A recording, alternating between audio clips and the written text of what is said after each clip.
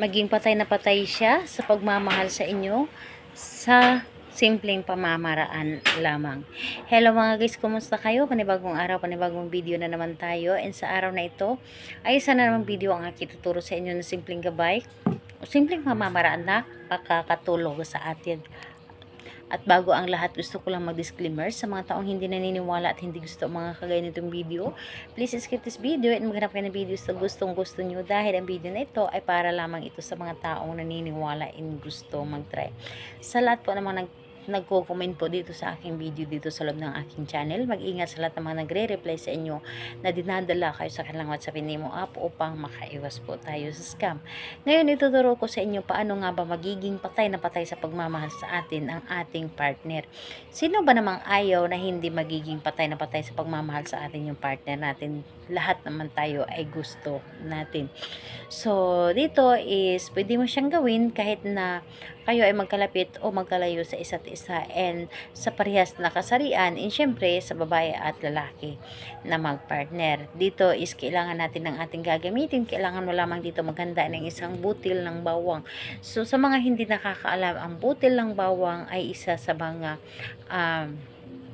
mabisa na ginagawa sa mga pampaswerte, mabisa sa ginagawa sa mga love spell. Dahil ang bawang na ito ay nagbibigay ito lakas, energy sa ating mga ginagawang mga rituals.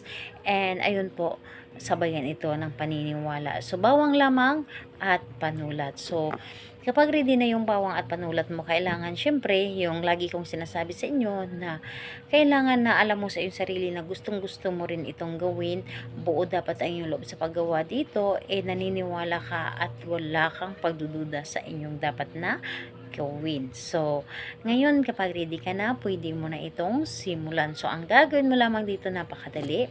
Dito sa bawang, isulat mo lamang dito ang kanyang pangalan at apelyido dapat. So, paano nga ba? Dahil napakaliit ng bawang. So, kayang-kaya po dahil ito po ay madalas kong ginagawa. Dito, isulat nyo lang po ng maliit na letra yung kanyang pangalan at dito sa kabilang side yung apelyido niya. Basta po maisulat nyo lamang yung kanyang pangalan at apelyido. And kapag naisulat nyo na dito ang kanyang pangalan at apelyido, hawakan mo lamang ito. Hawakan mo lamang ito sa pamamagitan nito. Ikaw ay magiging patay na patay sa pagmamahal sa akin. Wala kang nanaisin na mamahalin kundi ako lamang. Wala kang nanaisin na makausap kundi ako lamang o makasama kundi ako lamang. Ako lamang ang kaligayahan, kasiyahan sa lahat. So, sabihin mo na dito ang nais mong sabihin na kahit na ano, basta ito ay para sa ikakabuti ng inyong relasyon. So, ayun, pagkatapos nun, ang bawang na ito ay lagay mo lamang ito sa ilalim ng inyong unan at hayaan mo ito ng mga ilang araw doon at ikaw mismo makakaramdam na ito ay gumana na ang inyong ginagawa.